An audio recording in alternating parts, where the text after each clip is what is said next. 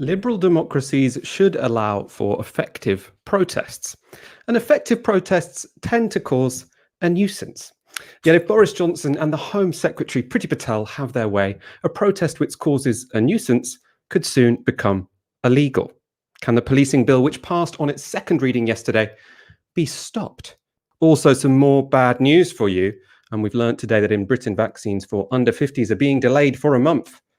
We are hopefully, still going to all have our first vaccines before the summer, but a month later than the most optimistic projections, which I'd been very excited about over the previous week. We don't have too many details on that at the moment, just a downer to begin the show. We'll also be talking tonight about plans for undercover cops to patrol bars and Boris Johnson pledging to increase Britain's stockpile of nuclear weapons. Before we get going, the score. Do share the show link, tweet on the hashtag TiskiSour, put your super chats under the YouTube video and comment on the Twitch stream. Now, yesterday, the Policing and Crime Bill had its second reading in Parliament. The bill, which threatens to outlaw protests for causing an annoyance or even threatening to cause an annoyance, has sparked an enormous outcry, particularly in light of the police's heavy-handed response to a vigil in memory of Sarah Everard on Saturday night. Now, as the bill was debated, protesters were out in force on Parliament Square.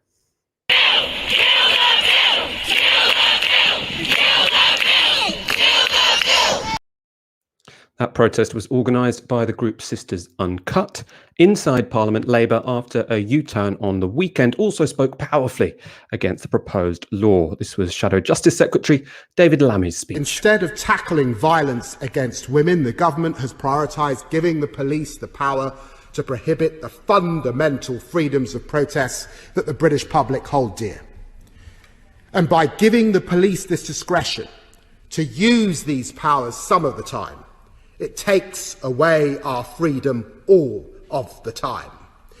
The government's bill targets protesters causing too much noise and says that those who cause annoyance could be jailed for up to 10 years. Madam Deputy Speaker, I'm thankful that the draconian limits on the power to protest were not in place during the great protests of the 20th century that led to real change.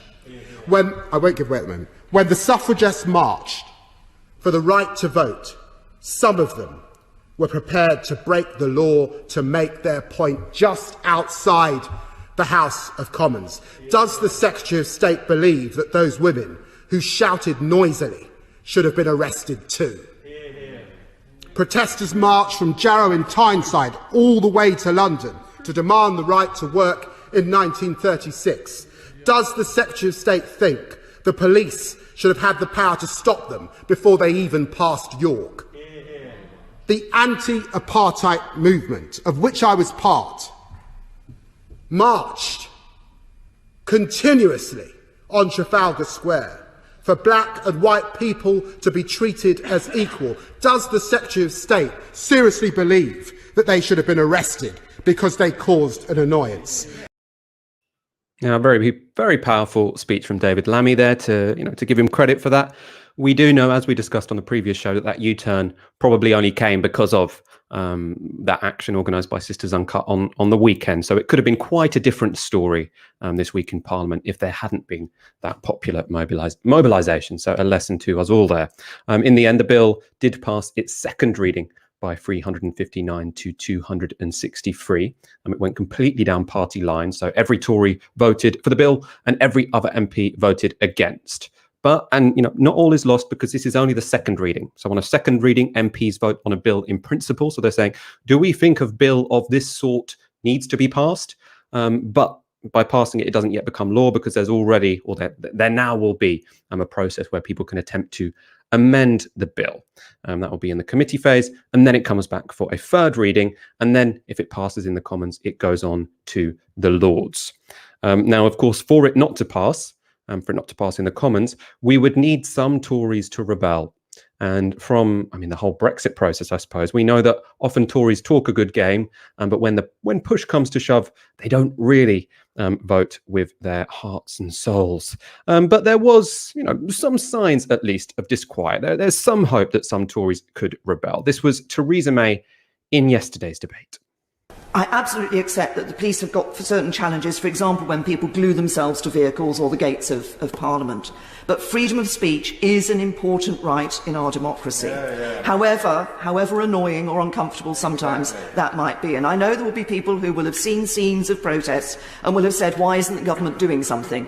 To which the answer, in many cases, may simply be because we live in a democratic, free society.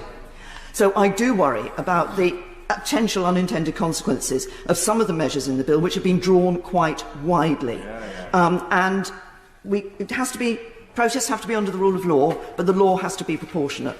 So the first area I would mention is the bringing of giving police the powers to deal with static protests in the way that they have been able to deal with marches, because these have always been differentiated in the past. The second is around noise and nuisance, because some of the definitions do look quite wide, and I think I would urge the government to look at those definitions. And finally, my point is about the power for the Home Secretary to make regulations about the meaning of serious disruption to the activities of an organisation or the life of the community.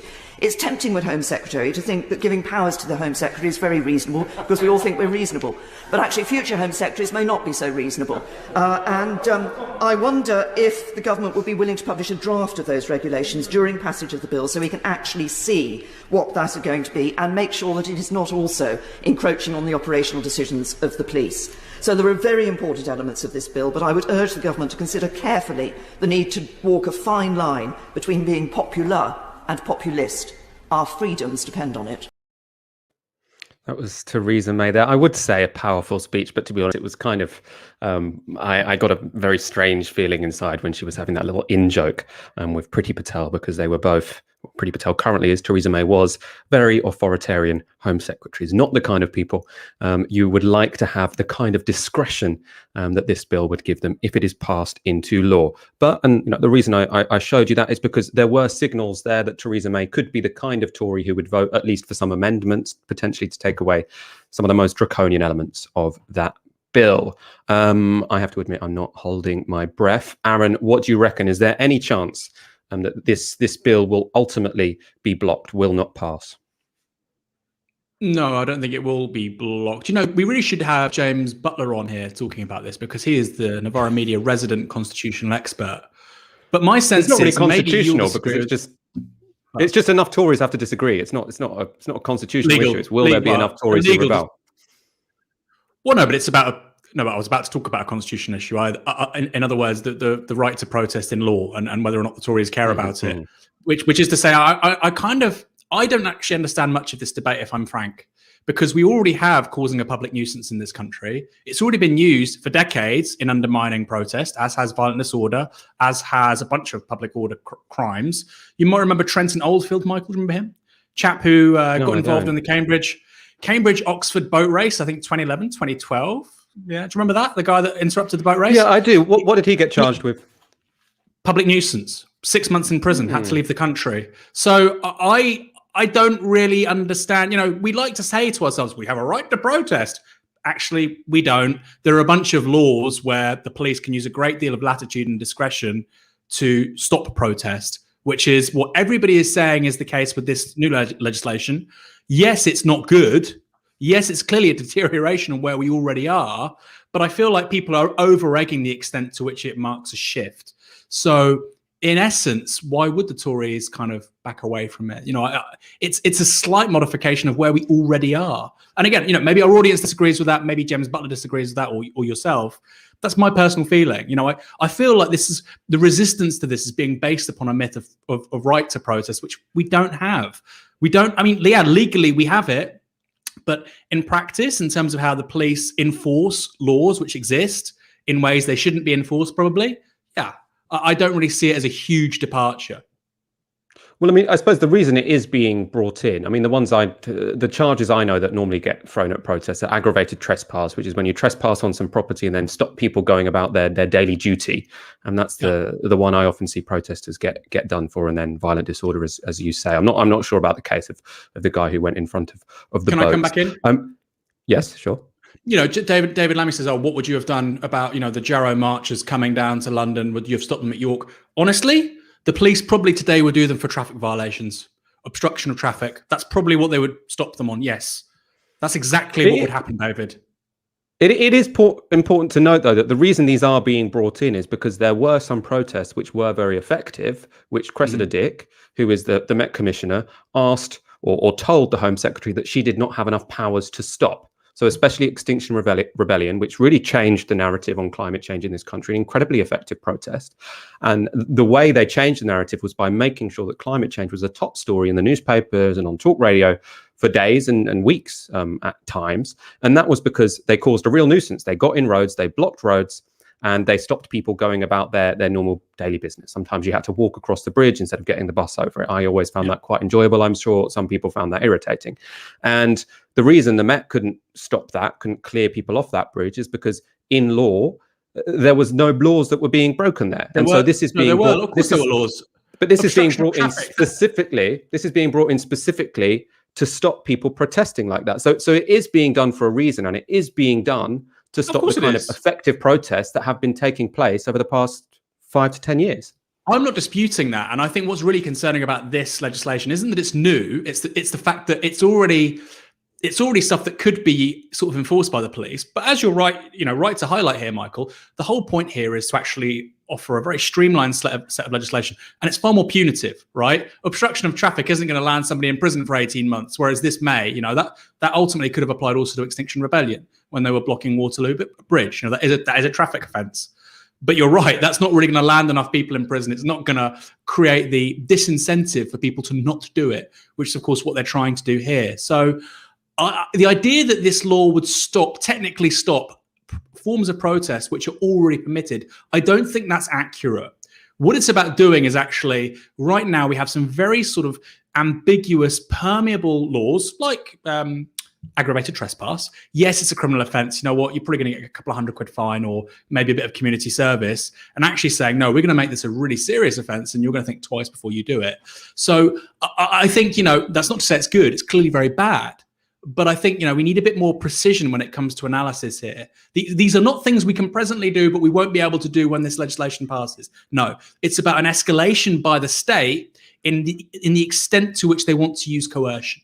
Hitherto, they've used a bit of consent and a bit of coercion, and people could do effectively illegal forms of protest, and the overhead wasn't too massive. That's about to change. So I think that precision is needed in this debate. No, I suppose that. So you're saying that Extinction Rebellion potentially were breaking some laws, but they weren't breaking enough laws that the Met Police could act in a way that they wanted to act. Just saying it wasn't necessarily that these were legal per se, but they are being made. The law is being made more punitive, so they will be able to more effectively dissuade people from taking the kind of actions that Extinction Rebellion were taking. You can't imagine the CPS go to the Met Police and go, we don't want to charge 600 people with obstruction of a highway. That's a complete waste of our time, resources, and so on. If you say, well, look, we can take all these activists off the street, we can put them on police bail, and they can't protest within 5 miles of London for months on end, great for them. It's a very different calculation. So, well, I'm glad we're of a mind on this, Michael. All right, good. I'm relieved. We obviously haven't heard from the Free Speech Union. We haven't heard from Toby Young. No one's come out and said, "Oh, this is a real problem for our democratic freedoms. That there is going to be this law which stops us annoying people." Everyone who's made their career out saying we have the right to offend people, we have the right to annoy people, when it comes actually to a law which will be imposed and prison time is being threatened to people, they all go silent, which isn't particularly surprising, but it does emphasize the point that what they have always really been about is not free speech. People who are, as I've sort of already mentioned, organising against this are Sisters Uncut. They have a meeting tomorrow at 7 p.m. apparently online, organising what happens next. So if you check their Twitter, that will probably be worth attending. What am I saying? It will definitely be worth attending. And we have almost 2,000 people watching. Do share the stream. We want to get that to at least 2,000 and then higher again. We have a first comment as well from Anna-Marie Menon with 2 £10 super chats. Thank you very much. Got my first vaccine today, so quite happy about that. Been a long time listener, first time contributor. Hope to make more regular contributions when I'm finally off furlough. I hope you do make more regular contributions when you're finally off furlough. And I'm incredibly jealous that you got your first vaccine today. I'm sure I'll spend the evening getting over the fact that I might have to wait another month for mine, but it'll be okay. Now, the horrific murder of Sarah Everard has shone a light on the need for stronger measures to challenge violence against women. Campaigners have been calling for numerous changes to be implemented, including reforms to how rape cases are investigated and prosecuted, or rolling out better relationship education to teenage boys. However, instead of taking these changes up, the government has announced a policy no one had been asking for: undercover cops in nightclubs. Yes, the Times reported on Tuesday morning that bars and clubs will be patrolled by plainclothes police officers at night to protect women from sexual harassment and assault. They report Boris Johnson announced measures last night in an attempt to reassure women after the killing of Sarah Everard. Pilot schemes will be run across the country with more patrols to identify predatory and suspicious offenders. The government is doubling a fund that provides deterrents such as better lighting and CCTV to £45 million. We've been in lockdown for a long time. People have really been looking forward to going out and being able to go clubbing again. No one wants to see that undercover cop mingling at the bar. To discuss this terrible idea, I'm joined by Bryony Beynon from the Good Night Out campaign. Thank you so much for joining me this evening, Bryony. Good evening, Michael.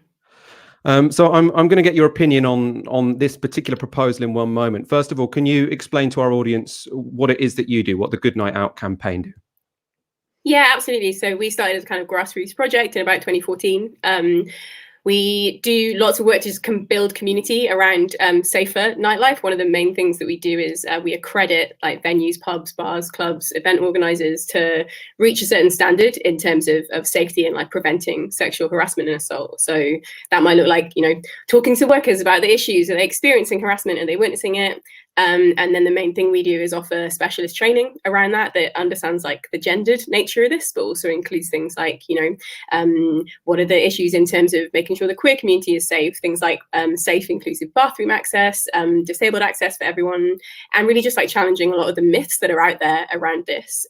Obviously, yeah, in an environment where places are serving alcohol, like that's one of the key myths about how alcohol interplays with this. Yeah, I've trained more than 2,000 like nightlife workers on this topic, and you know, something that I have never heard is, you know what we really need that would really help us with this? Couple undercover officers in the place. That would be fab. That would make all the difference. So yeah. So I mean, you say that no one's been asking for that. What do you think, you know, if this were to happen, if it were to be the case that, you know, you're in these clubs where you've been training staff members, where you've been thinking about how do interrelationships work in clubs, and how does abuse happen, and what are the social dynamics that happen when people are drunk? I mean, what difference would it make, positive or negative, to have an undercover cop sort of, you know, lurking, or I don't know what they'd be doing. They'd just be standing awkwardly at the bar or something like that. Lurking for sure. Just mean more men staring, wouldn't it, really? Yeah, you have to want it. You have to wonder like what planet people are on. You know, I really like. I'm assuming they're not inviting undercovers into the strangest bar in the Commons, right? Like, it's clearly a total distraction tactic, and it always was. And part of me almost doesn't want to give it too much air because it's so ridiculous. They've clearly tried to say something totally deranged and take the chaos approach so that people forget that officers had their hands all over women without their consent at the bandstand on Saturday. I would say, yeah, like having thought and done a lot of work out about this over the years, that it also, you know, if we took them at their word that they did think that this was a good idea, it's predicated on like a fundamental a misunderstanding of how this stuff works, right? Like, firstly, there are lots of behaviours that are not unlawful, but that are in most places totally socially unacceptable, right? So the idea that an undercover police officer is going to be the appropriate person to challenge those and de-escalate those kinds of things makes no sense, not least because they're also undercover. So there's that aspect. I guess it also would undermine like staff and security's role in creating a safer environment. Most people probably know that door staff are regulated by the Security Industry Authority, which provides some training, but not enough around this area, but they have a role to play. And that could be, yeah, a very strange dynamic.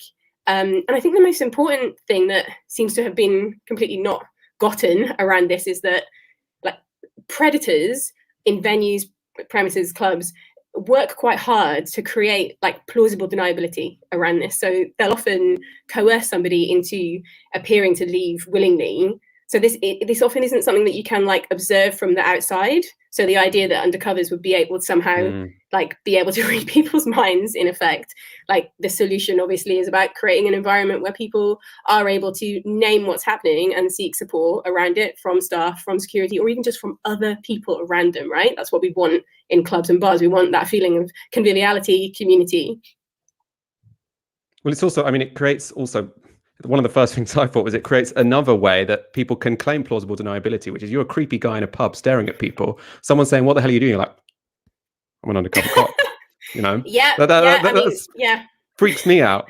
You've said, I think quite rightly, this is probably a bit of a distraction. I can't imagine undercover cops being allowed in, you know, many of the clubs I frequent.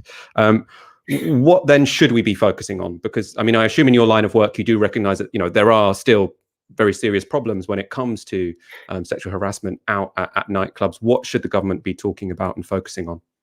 Yeah, I mean, of course, that's why we started the organization. So like this is all about cultural change, right? And people have been saying that a lot over the last few weeks, over the last few days, I guess. Sometimes I think like we need to really zero in on what that looks like. I think in practice, when workers who are often very precariously employed, 0 hours, etc., when they do feel like they've got the confidence and skills to be able to challenge stuff, whether it's happening to them, a colleague, or a customer, that makes a big difference. Strong, like consistent policies, you know, just like a venue might have to have like a glass safety policy, or like you got to know where the fire exits are, right? Everyone who works there should also know, what do I do if someone discloses sexual harassment or assault? Customer education in terms of that it's okay to ask for help around this, and that people have been trained and you will be supported, like sending that message.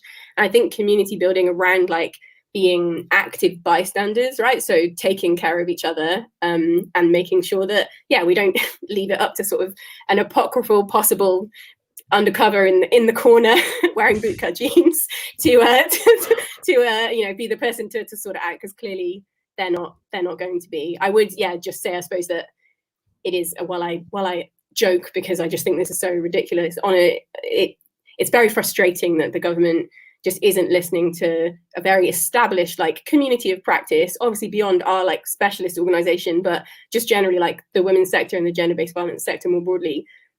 There is the research out there. There are like incredibly experienced like specialist practitioners and academics who know how this stuff works and have been trying to get that advice out there to the government. And this just feels, I suppose, like a bit of a slap in the face. And like, could the stakes be any higher, you know?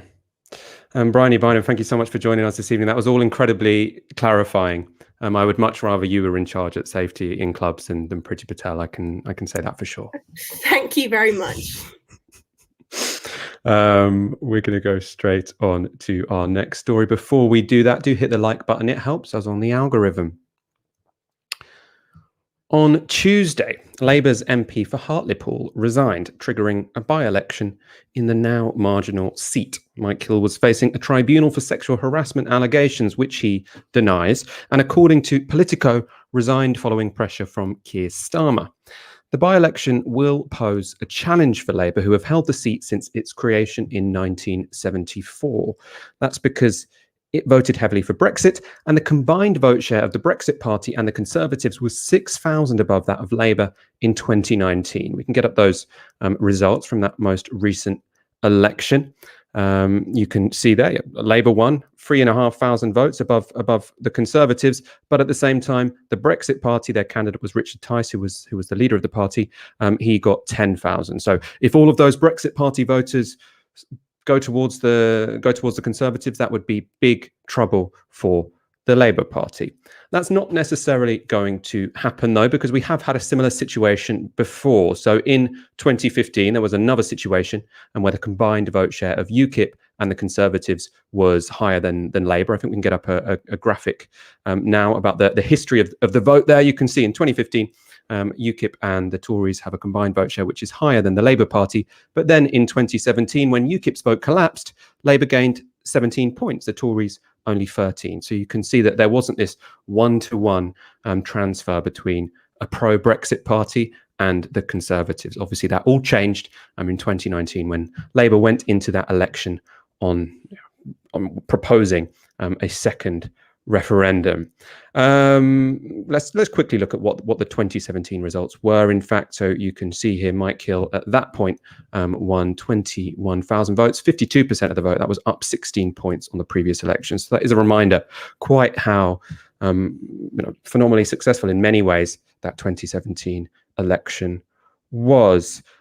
Aaron, what do you make of this? It's not, it's not exactly the by-election the Labour Party would want, a seat they hold, but in strongly Brexit voting territory. Do you think they can cling on to this?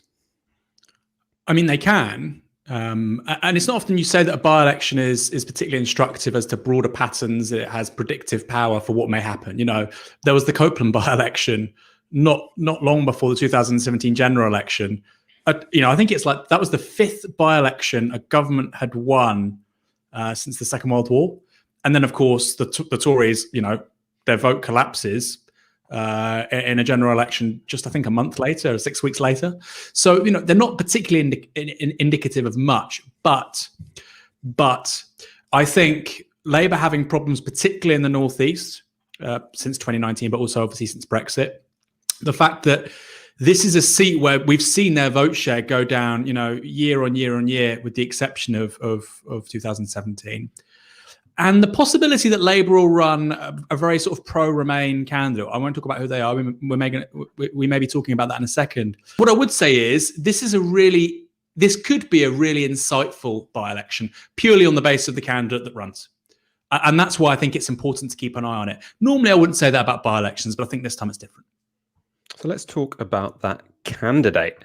We have some Keir Starmer ratings we can show you in a moment. But first of all, I want to talk about that very immediate question, which is who will Labour put forward to stand in Hartlepool? Now, Sebastian Payne from the Financial Times, he got hold of an email from the local Labour Party secretary on Sunday. So that was 2 days before Hill's announcement. And that email suggests they already have someone lined up. So in the section of that email titled Securing Our Candidate, the secretary wrote, should things progress as expected with John heading for PCC, which is Police and Crime Commissioner, and Paul accepting the offer of the parliamentary candidature, will need to act to secure these arrangements, with a single candidate shortlist being fairly controversial and with certain factions in the party certain to try to make a grab or call foul. Lotto, that's the leaders of the opposition office, require a formal letter from us to the NEC requesting that Paul be our candidate. The left will make a big deal of this and paint the selection as a stitch-up by Starmer. We need to make it absolutely clear that these arrangements are local and that in the absence of a full selection process and the choice of a local candidate, Paul is the choice of the CLP. Now, the Paul in question, the Paul who the secretary of that CLP wants as their candidate is Paul Williams. He was a Labour MP in Stockton South before losing the seat in 2019. Now, apparently, he has recently been busy deleting tweets in support of a second EU referendum. In terms of how certain it is that this particular person will be selected, we will find out very soon, because this process is running enormously quickly. So according to Sienna Rogers from Labour List yesterday, applications will now have closed, because they were supposed to have closed by 5 p.m. today. The National Executive Committee will then be longlisting and shortlisting candidates tomorrow, so that's Thursday, and then an online selection hustings will take place on Friday or Saturday. Aaron Bastani, the powers that be, are not messing about on this particular one, are they? They're getting their candidate in quick. And how well do you think Paul Williams will do? I don't want to make any predictions, but I think he sounds like he could be just about the worst kind of candidate you could have in Hartlepool. There are two kinds of candidates I wouldn't want to see in Hartlepool. The first is a pro, well, it doesn't matter what I think, I'm not a member of the Labour Party, but in terms of Labour's rational self-interest, the first would be an ultra-Remainer like this chap. I think he broke the whip from Corbyn's soft Brexit position 6-7 times. He was a hardcore Remainer. It wasn't like, I think leaving the EU is a bad idea. You can say that. He was one of these kind of, hashtag people's vote people. He didn't go quite as far as Emily Thornberry by getting the kind of, the EU stars out in a necklace, but, he was pretty close. And in a place which is 70% leave, I believe, in 2016, that's probably not a smart idea. Also, I've seen some people say, oh, well, he was previously representing Stockton. That's half an hour away from Hartlepool. That's like saying, oh, well, this person represented Southampton. They can go represent Portsmouth or Bournemouth or Brighton.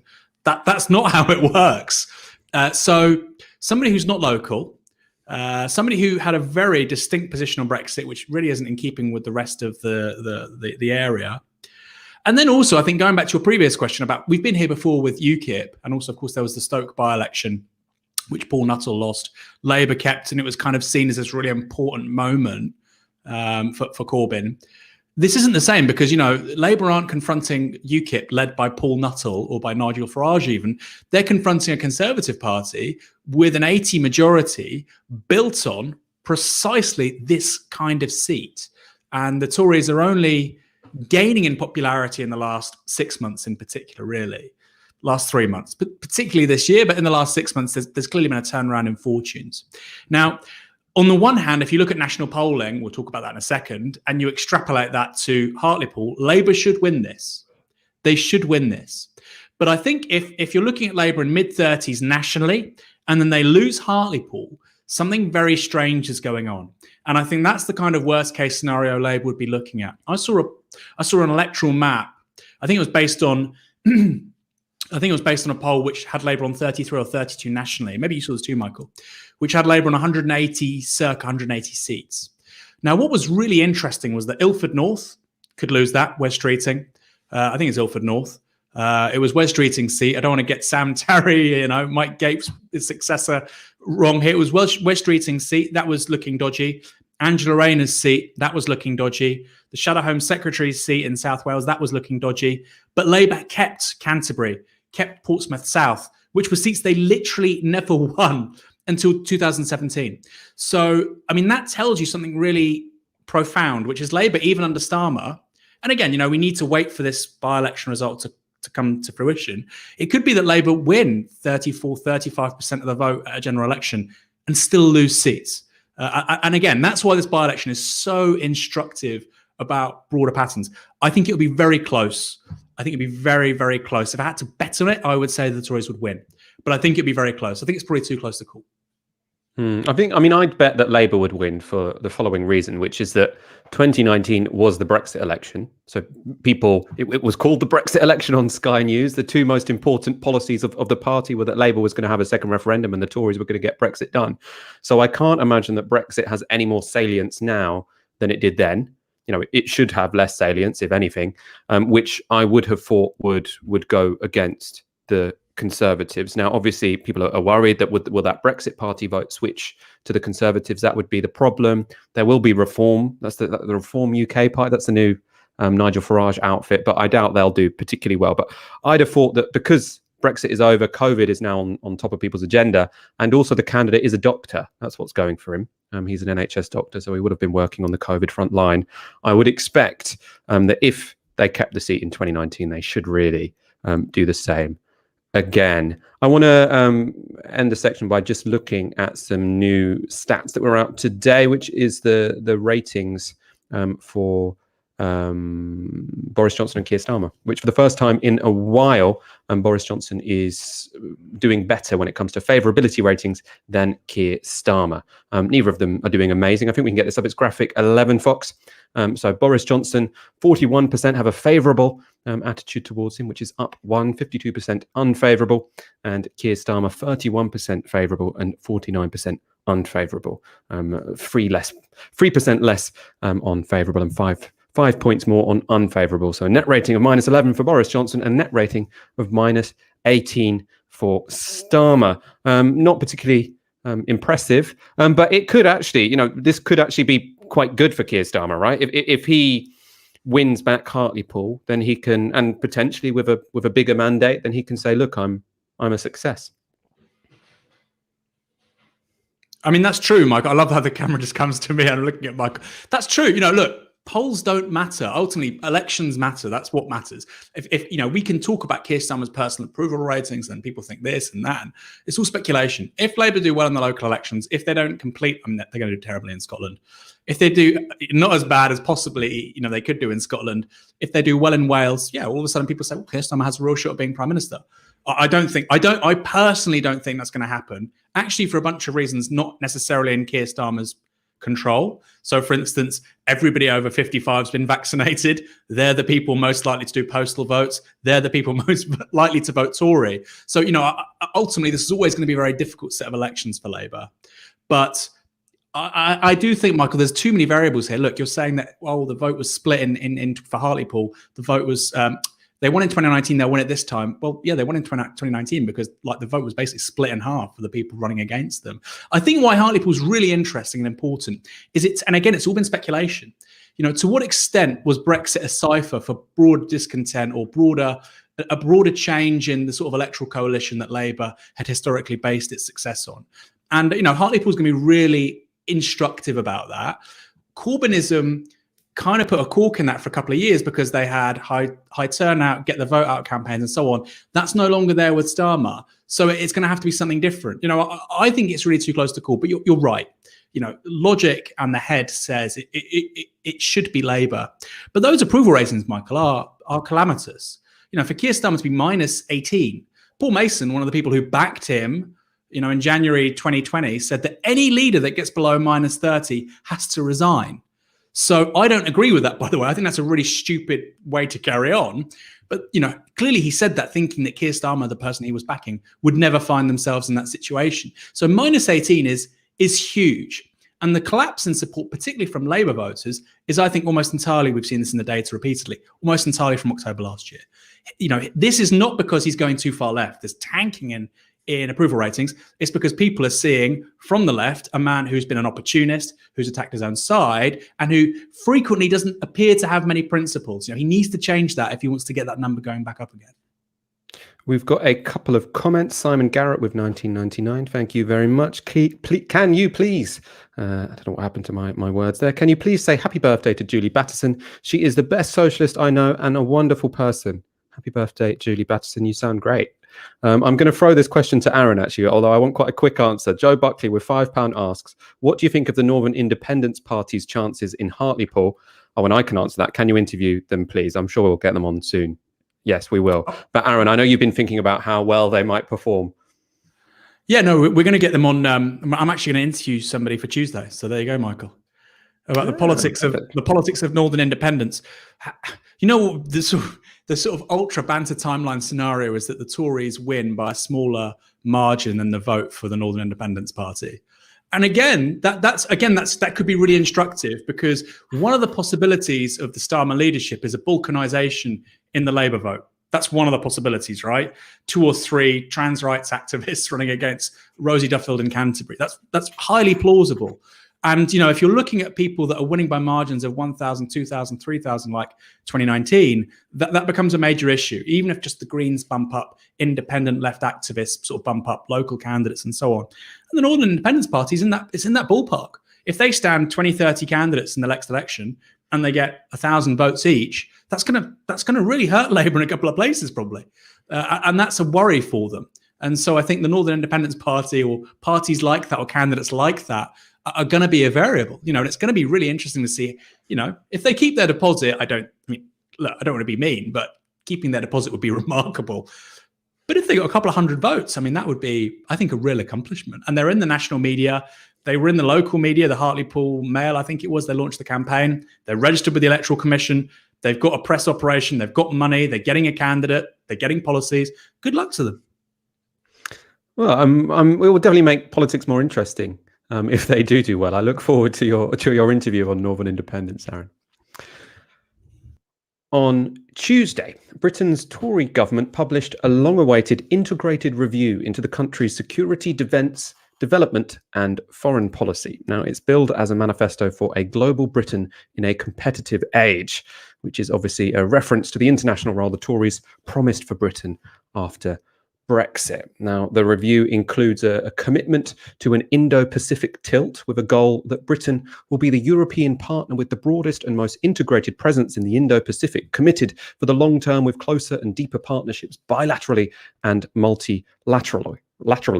That will include seeking partner status at the ASEAN group of East Asian states and increased involvement in free trade agreement between East Asian countries, Australia and parts of the Americas. It also labels Russia a direct threat, with China a systemic challenge, and links the so-called levelling up agenda with security by Britain aiming by aiming for Britain to become a leader on digital innovation. Most controversially, though, and the element of the review that surprised most people, was the announcement on nuclear weapons. So the government announced that they are reversing plans to reduce their nuclear weapon stockpile and instead will be raising the cap on nuclear warheads to 260. They had been due to drop to 180 under previous plans. That was from 2010. To discuss this move, this about turn on nuclear weapons, I'm joined by Kate Hudson, General Secretary of the Campaign for Nuclear Disarmament, who I know joins us directly from a big rally that CND have been organising. So thanks for making time for us this evening. Pleasure, Michael. Nice to be here. Yeah, we had 500 on the actual Zoom and then thousands across the platforms. So it's a shame that Boris Johnson has to do something so terrible as increase the nuclear arsenal to get us a really big audience. But that's how it goes sometimes. Yeah, that's how it goes. Was it a surprise for you? So, I mean, I think many journalists, they didn't, this hadn't been trailed in advance. I certainly didn't have on my wavelength that the Tories were going to plan to increase the number of nuclear weapons we had. Were you taken off guard by this? Yeah, completely. Because the integrated review has been trailed for ages, and then because of the pandemic, it was postponed. And because Boris Johnson has made his big defence spending announcement in the autumn, 14.5 billion extra kind of thing, everyone thought, oh well, that's not the stuffing out of the integrated review, it's not going to be much because it was about money, and they've done that. And then hey presto, as well as things you might expect like the Indo-Pacific tilt and doing more on cyber and so on, suddenly massive increase in the nuclear arsenal. And as you say, no one thought that was going to happen. The great thing is that pretty much everybody thinks it's crazy, and someone on our rally just now was saying that they don't normally quote the Sun in public meetings, but actually the Sun thinks it's a crazy idea, so does the Times, and so does pretty much everybody, including cross-party opinion on it. So, I mean, why? That's got to be the big question, out of the blue and no real rationale behind it. So can you spell out the significance of this? Because, I mean, you could think, look, the limit was supposed to be 180 nuclear weapons. It's going up to 260 nuclear weapons. I mean, how much more damaging is 260 nuclear weapons than 180? I feel like, you can do enough damage with 180. So what is the significance? Why does it matter if we're going to have 260 as a limit instead of 180? What's the significance of this? Well, the trend since the end of the Cold War has been down. It's been down globally. I think we had about 70,000 at the end of the Cold War globally. Now there's about 14,000 globally.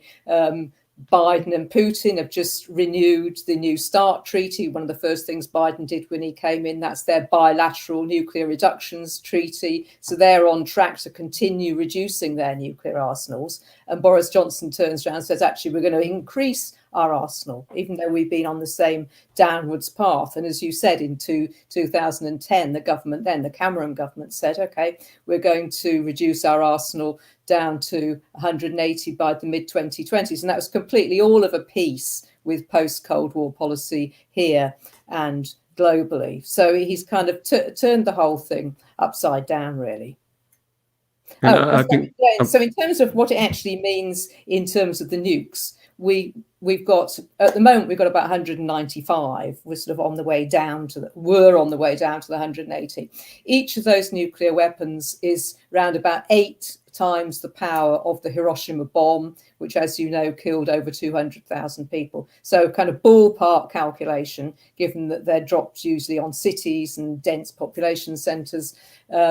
We already have the capacity to kill over 300 million people. So it's like kind of kill another 100 million people, so to speak. So it's kind of we already have enough to deal with any conceivable risks, if you see it. Even in their own argument, in terms of their own argument, they have enough. They have more than enough. So why do that? Particularly at a time when the MOD, even with the extra spending, it's strapped for cash. They've got these huge, big budget things. There's the new aircraft carrier. They're going to send that off to the South China Sea, which is another complete piece of madness. All this kind of ratcheting up tension. So why are they doing that now?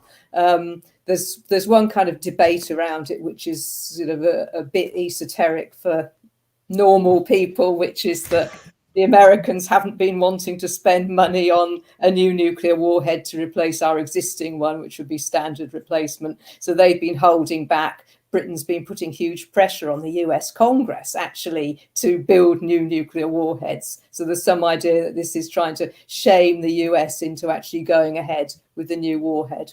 That may be the case, but it doesn't seem quite right to me. Maybe it's more to do with the whole kind of global Britain positioning, wanting to show that Britain's still a force to be reckoned with. You know, the kind of punching above our weight idea, which, I mean, Blair had that idea around the Iraq war.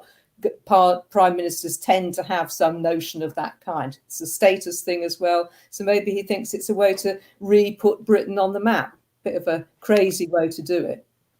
One of the first responses, and you said, you know, the message this sends, and I think it is very clear the message it sends if you're increasing the number of nuclear weapons you have. And one of the first responses to that announcement was from Iran's foreign minister, who on Twitter tweeted, in utter hypocrisy, Boris Johnson is concerned about Iran developing a viable nuclear weapon on the very same day he announces his country will increase its stockpile of nukes. Unlike the UK and allies, Iran believes nukes and all WMDs are barbaric and must be eradicated. It's undeniable that he has a point there. I want to look up or get up the number of nuclear warheads held by each country at the moment. So as a reminder, Russia currently has 6,372. These are all estimates. The United States, 5,800. China, 320. France, 290. Britain will be increasing the cap from 195 to 260. Pakistan with 160, India with 150, Israel with 90, and North Korea with 35. And I suppose my final question for you is sort of a broader one, which is, where are we in terms of multilateral disarmament? I mean, obviously, you know, since the decline of the Cold War, it has become, or to most people, less of a political issue that's at the top of their agenda. But are we, in general, other than this announcement from Britain, moving in the right direction? Or do you see that actually tensions are being increased and the danger of some sort of nuclear blow-up is on the increase? It's a bit of a mixed bag, because, as I said, you know, the weapons are coming down of those big stockpiles with the US and Russia. Most of those are in mothballs in the cupboard somewhere and are going to be got rid of. So they've only got about 1,500 each actually ready to use, so to speak. So it's sort of less bad than it might seem on one level, you know. But at the same time, all countries with nuclear weapons are so-called modernizing, which means they may have less, but they have state-of-the-art kit because they've modernized them, you know. So there's a kind of a difficulty around that. But definitely, there is a very strong trend globally for nuclear disarmament. There's a new treaty that's come to the United Nations. It was ratified, come into force in January, which is led by the countries of the Global South, which is called the Treaty on the Prohibition of Nuclear Weapons, otherwise known as the Nuclear Ban Treaty. And they got so sick of no progress being made by the nuclear weapons states, the Nuclear Non-Proliferation Treaty and other, you know, tedious things like treaties and stuff like that. They got so fed up that they introduced the new UN treaty just to ban nuclear weapons, and countries are one after the other signing up to it. You know, so there's kind of trend. It's like the Global South and the countries without them are trying to take matters into their own hands and really push for nuclear disarmament. So globally, it's not kind of some weird thing which CND is just interested in. It's actually the majority of the world. And the whole of the Global South and other parts of the North, they're already self-organised into nuclear weapons-free zones. You know, it's only in places like Britain that people think, oh, they're very important, we have to have them for our security. Everyone else thinks, well, you know, just get rid of them, you know. So we are really out of step on this. Kate Hudson, thank you so much for joining us this evening. Thank you. Thank you very much. The other part of the integrated review, which has generated opposition, is the stance the government took when it comes to China, namely many Tory backbenchers, and it's being repeated by some people on the Liberal side of the aisle as well, are complaining it wasn't hawkish enough, it wasn't tough enough on China. Let's first look at what the integrated review said about relations with China. This is in the summary section of the document. So they write, we will invest in enhanced China-facing capabilities through which we will develop a better understanding of China and its people while improving our ability to respond to the systemic challenge that it poses to our security, prosperity, and values, and those of our allies and partners. We will continue to pursue a positive trade and investment relationship with China while ensuring our national security and values are protected. We will also cooperate with China in tackling transnational challenges such as climate change. Now, they've called China there a systemic challenge, which gives it a different status to Russia, which is characterized principally as a security threat. The commitment to engagement with China has prompted backlash from Tory backbenchers, including Julian Lewis, chair of the Intelligence and Security Committee. He accused the government of naivety. Now, though there are strong analytical aspects to this review, it's suggested on pages 62 to 3 that our adversary, Communist China, quotes, is an increasingly important partner in tackling global challenges like pandemic preparedness, if you please, and that we want deeper trade links and more Chinese investment in the UK. Doesn't that unfortunately demonstrate that the grasping naivety of the Cameron-Osborne years still lingers on in some departments of state? So the naivety of the Cameron and Osborne years, apologies, was when they were reaching out to try and create stronger trade links with China because they saw it as, you know, the new growth region of the world. Now people are saying actually that was naive. Things like the deal to be building nuclear power stations and 5G, etc. The government have been pulling back from some of those. Aaron, I want your thought on the broader point here, though, which is the clamour from Tory backbenchers and some people on the left for a more hawkish approach to China, to sort of see China as this big threat to our values, which we should be proactively confronting. Oh yeah, it's ridiculous. I completely disagree with it. They're insane. They're deranged. They are completely out of touch with reality. They're completely out of touch with reality, Michael. The People's Liberation Army is 2.2 million people. The British Armed Forces, including the territorials, I think is 150,000. And that includes like cooks and stuff. 2.2 million, 150,000. You know, their defense budget is enormous compared to ours. Britain couldn't defend Southeast Asia, couldn't defend Singapore against Japan in 1942. What hope has it got against China in 2021? Come on. This isn't the 19th century anymore.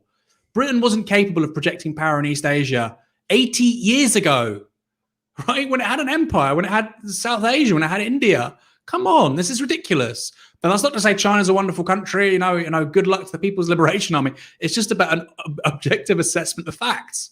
No, I mean, that's why we develop nuclear weapons, because ultimately, you know, conventional warfare is incredibly expensive. And that's the argument for nuclear weapons. I don't agree with it, but it's a coherent argument, which is, you know, we don't want to spend huge amounts of money and resources and people on a large conventional army to compete with China, Russia, India, the US. So we'll do this thing instead.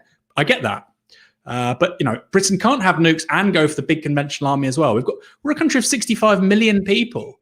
You know, it's just ridiculous. That's why NATO was set up. This isn't even like, oh, nostalgic for like the 50s. This is like going back 100 years. Come on. I mean, and that's the real politic argument for why it would be, you know, ridiculous to say let's confront China because you'd lose. Although, I mean, with America, you're going to have very, you know, well-matched militaries, but it's going to be hellish if anything does break out. I mean, what frustrates me is that both from the right and the left, the way people talk about China and the rise of China is that it's just a challenge. It's a challenge to our abstract our abstract values that this country is having such success. And I think what that just completely overlooks, both on the left and the right, is the fact that, yes, there are many things about the communist regime in China, the CCP regime, which I would disagree with, especially what's going on in Xinjiang. But the rise of China in itself is actually really good. It's a phenomenal achievement. It's lifted 850 million people out of extreme poverty. I want to bring up a graphic here, which is showing you how the number of people in poverty has changed over the last 30 years. And you can see there, you've gone from having hundreds of millions of people in China in extreme poverty to none. And that is not how the rest of the world looks. If you look at India, it's declined, but it hasn't declined by nearly as much. If you look at the rest of the world, it's barely declined. So you have a mode of governance which has lifted hundreds of millions of people out of poverty. Yes, there are things to criticize. Yes, we should be putting pressure in different places on specific issues. But to just posit this as, oh, it's a threat to our liberal values that they've had such success.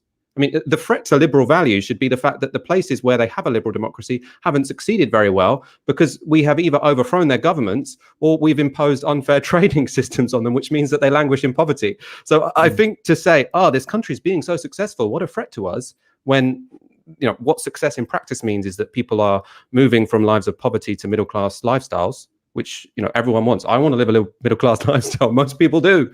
I just think it's so myopic and it really frustrates me. I want to bring up another clip because this is from Dominic Raab, and again, I think the discourse around this has been quite ridiculous.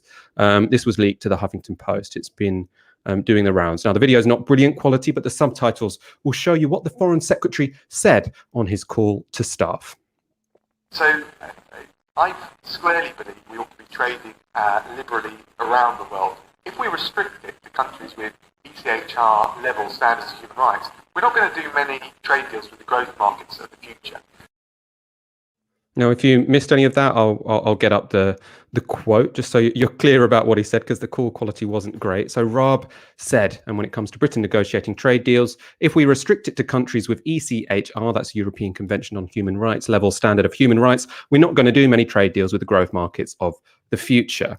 The journalist, there was some pushback from Dominic Raab about that particular tweet being shared. The journalist from the Huffington Post who broke the story later tweeted following that pushback, "We understand that Raab also used the meeting to say he can think of behaviour that would cross the line and render a country beyond the pale, and that he was pursuing a calibrated approach of engaging to try and exert positive influence."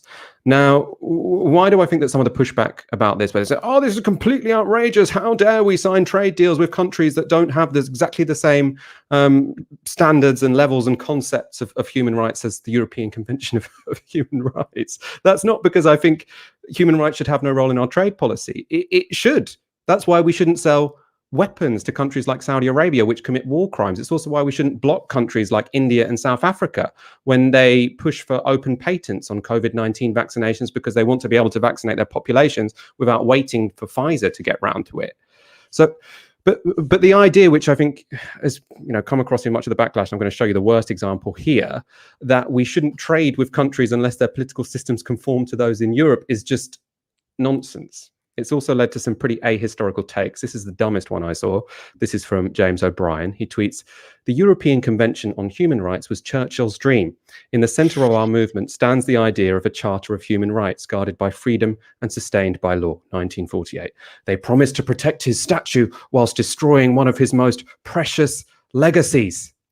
Now, James O'Brien, Churchill was a colonialist with direct responsibility for 3 million deaths in the Bengal famine. Please do not hold him up as an advocate for human rights in the global south. Second, only trading with Western states is not progressive. That's not a progressive position. I think there's so many people who want to bash the Tories, say, how dare you trade with this country of 1.5 billion people across the world because they have some policies which quite rightly we object to. That's not a progressive position. Aaron, I know you'll have loads to say about this. I first want to ask you, though, when will James O'Brien get round to reading a history book? Oh, my God. Well, like you say, Michael, he's on the radio 3 hours a day, so perhaps he doesn't have time. And he does tweet a lot. I mean, guilty as charged the rest of us as well. But and we read, fortunately. So I think it must be down to the radio. But yeah, no, this was that claim. I mean, my God, I just want to sort of roll back a bit. The single biggest failure of Western foreign policy in the 20th century was failing to dismantle China and failing to stop the Chinese Revolution. That's the single greatest failure. They didn't, the intention was to balkanize. The CIA wants to balkanize China. That's what they wanted to do, and that's why the debate around Xinjiang and Tibet can often be quite toxic, because both points are true. That on the one hand, yes, there are labor camps in Xinjiang. I'm not chuckling about this. There are labor camps in Xinjiang. There's been effectively a clear clampdown on freedom of religious expression, a clear clampdown on civil liberties, all undeniably true, right? But at the same time, we know that for 70, 80 years, the United States has sought to balkanize China, and it's sought to elsewhere use liberation movements to undermine, increasingly assertive governments in the global south. We know that. Both of these things are true. That's a really important. And on the left, if we want to be smart and informed, we need to be able to hold two different things up at the same time. Really, really important. You don't have to believe one, which necessarily means you can't believe the other. Now, with that in mind about China being where it is today, it was never meant to be this successful. It's seen its GDP triple since 2008. They've built, in the meantime, 35,000 kilometers of high-speed rail. These are remarkable achievements. It's going to be a superpower in AI, in genomics, in a plethora of technologies, CRISPR-Cas9, gene editing, and so on. It's already going toe-to-toe with the US. It's certainly ahead of the European Union in these areas, in these huge growth areas of the next several decades. That was, like I say, never meant to happen. And the Western powers are very happy for China to be a low GDP country, not move up commodity chains. It was absolutely fine for Nike and Adidas and Apple, to have factories over in Shenzhen and to make products that would then be sold in markets in Europe and North America. That was fine because most of the value is going back to our people. When they move up the commodity chains, when they start to make their own electric cars, when they start to make their own lithium-ion batteries, when they start to build companies like Huawei, which actually is the global leader on 5G technologies, well, all of a sudden they're showing something we've not seen for 250 years, which is strategic leadership in technology. And strategic leadership in technology tends to precede strategic leadership in terms of military affairs.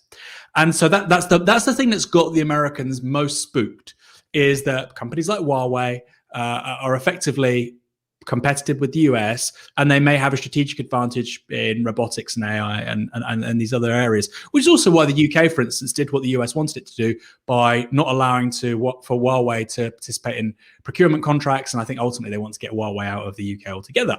And that's because it's a particular area that the Americans want to really clamp down on. So James O'Brien is talking from a place of utter ignorance. Is he aware of what, for instance, we did to the Summer Palace in the 1860s, 70s? In the mid-19th century, for no particular reason, we destroyed an incredible part of King Dynasty, architecture and civilization. And when you walk around Britain, you go to various antique shops, you go to auction houses, you'll often see a little Chinese vase, and people say, oh yeah, this is from the King Dynasty. That's literally because we ransacked the country for several decades, destroying it. It was a miracle it wasn't dismantled and taken apart. It's a miracle there wasn't a scramble for China like there was in Africa. It's a miracle. And people involved in the national liberation movement in the 1930s and 40s knew that, and it drove them forward. And people today aren't thick, right, Michael? And this is the thing, and you keep on appealing to the statistics. There is a great deal of consent for the Chinese Communist Party. There is. And this is data that's there in, this isn't like Aaron Bastani and Michael Walker said it on Tisky Sour. This is like, Pew Research, top research, top data, which we trust normally, which says that actually levels of public satisfaction with the government in China are consistently higher than there would be in any country in the EU, I think, and the United States. And that's something we have to take really seriously. Now, why? Because they look at sub-Saharan Africa, they look at South Asia, and they look at the accomplishments they've made in the last 30, 40 years. And it's pretty obvious that they've achieved something they weren't meant to achieve. And it's pretty obvious they've managed to turn around. I think they call it the century of humiliation. They've turned around that century of humiliation where you had Macau and Hong Kong, and you had all the major European powers, the French, the British, the Germans, the Italians, the Portuguese, the Americans, were all trying to nibble away at the sort of at the Chinese market and so on. So James O'Brien has no idea what he is talking about. The British Empire was a narco state selling opium in order to retain a trade surplus with China. That's why we sold them opium. It was because for thousands of years, Michael, the Chinese didn't need anything from Europe. They didn't want anything. They never pillaged or took anything.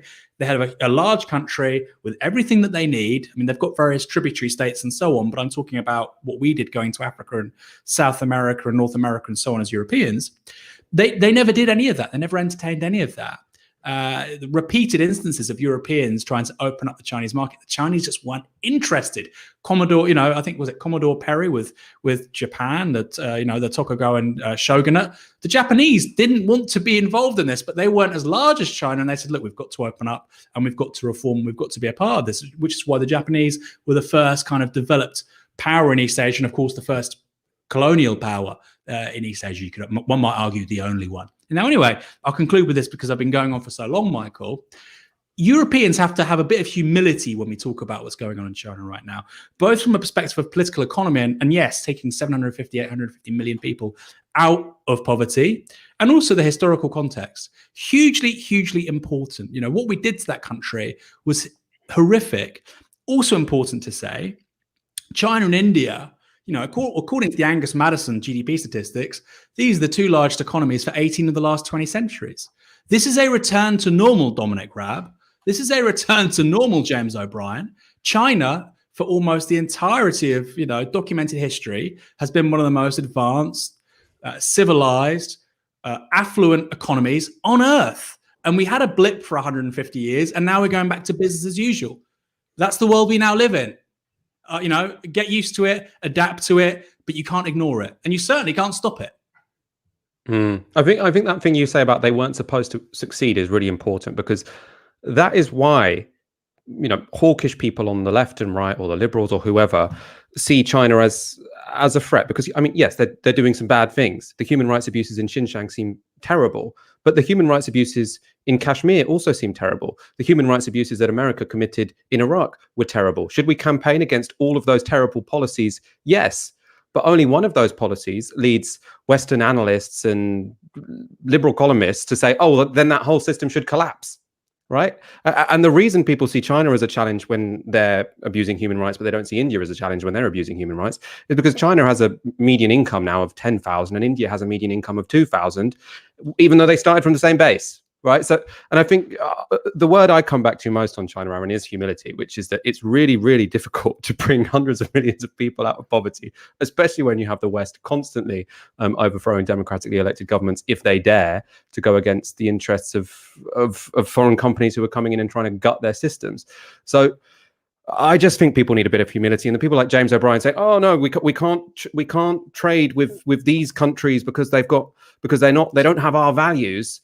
It's just completely ahistorical and doesn't pay any attention to the history of the global South over the last 50 years, over the last 80 years, over the last 200 years. We should probably end there. Any final thoughts on that one, Aaron? It's a huge topic. No, I know.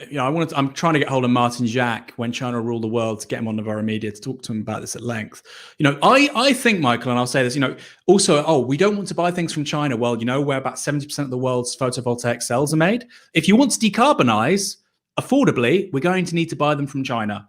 Sorry about that. Or how about rare earth metals if you want to build, large capacity for electricity storage? Again, kind of a bit of a problem there, James, if you don't want to trade with low GDP countries or countries, whose political systems you don't like. The single worst thing that could happen to humanity right now would be regime change in China. The single worst thing, the balkanization of China, in terms of broader instability, in terms of inhibiting progress with regards to decarbonization. Come on, let's grow up. We have huge challenges to face in the 21st century. First and foremost, climate change. Is the Chinese Communist Party perfect? Is the People's Republic perfect? No. Was the American Republic perfect when it was founded in the 1770s? No. But ultimately it improved. Well, it's still far from perfect, by the way. But ultimately improved over the subsequent 200 years to be more inclusive and democratic. And that's the only way a polity, a society can improve. It has to be driven by the people within it themselves. And China has accomplished incredible things in terms of social goods and also in wealth as well. And like I say, the worst thing that could happen, and which would represent a major obstacle for us to address the challenges of the 21st century, would be the collapse, the balkanization of China. A repeat of basically what we see with the USSR in the 1980s. That's, I think, worst case scenario, you would see mass nuclear proliferation. You would see a collapse of the kind of balance of power in East and Southeast Asia and Northeast Asia. It could be terrible. Really, think carefully about what you want. Think carefully about China's role in the world. We could really go a lot worse than where we presently are. And also in terms of the domestic security situation there. Would you want a coup d'etat by a right-wing nationalist government in China? What would that necessarily mean? I really feel like, again, we go back to that word, Michael, humility. Westerners, we really need to learn it. And I still feel like even after Iraq, even after the global financial crisis, even after COVID-19, we somehow can't do it. Remarkable. No, I completely agree with that closing statement. Let's go to a couple of final comments. Michael D. Glock says, I'd love it if you could arrange to talk with James O'Brien. I'm hoping there's going to be a long form interview soon. I'm sure there'll be some outreach going on. That would be interesting. I mean, the guy can talk. He has a lot of wrong opinions, but he clearly can, spend some time with a microphone. He's an engaging speaker. Graham, so we'd love to have him on and disagree. I have invited him on Twitter, actually. He ignored me. Graham French with 40 quid. Thanks for being a much needed voice of reason. Can you please give a birthday shout out to my dad, Rod? He'll be 81 tomorrow and watches every show. Happy 81st birthday tomorrow, Rod. I'm so glad you watch every show. I hope you have a great day. Bale Ali with a £5. Thanks for your work. Can I get a shout out for my housemate, Prince Muna? Shout out to Prince Muna. Aaron, you want to come back in? Statistic I want to leave. I've got one statistic I want to leave our audience with. Can I say it, Michael? You can say it. I want to know it. Yeah. The United States has 800 overseas military bases. 800. How many does China have? I've got no idea, actually. Is it 0? 2. 2. Wow. Where are they? 2 versus 800. One's in Africa and one is in South America, I believe. And it's kind of like a listening post, but anyway, they've got one proper military base. It's in Chad or in Niger, I think, but it's in Africa. One of these countries in sub-Saharan Africa. I say one of these countries, but I believe it's a landlocked country. But in any case, and you say, well, that's one too many. Sure, the United States has 800 overseas military bases. So I think that really tells us who's the threat to global stability here. I'm glad we got that statistic at the end there. Also thinking, what other state became a global superpower without invading anyone? We're not here to stand the CCP. We're just saying have some humility, have some perspective here. And this whole, I'm not into it, this whole ramping up of a new Cold War on both sides of the political divide in this country. We are going to end it there. If you are already a supporter of Novara Media, thank you so much. You make this possible. If not, please go to novaramedia.com/support and donate the equivalent of 1 hour's wage a month. Do make sure you subscribe to the channel. We go live every Monday, Wednesday, and Friday at 7 p.m, which means I'll be back at 7 p.m. on Friday. For now, you've been watching Tisky Sour on Novara Media. Good night.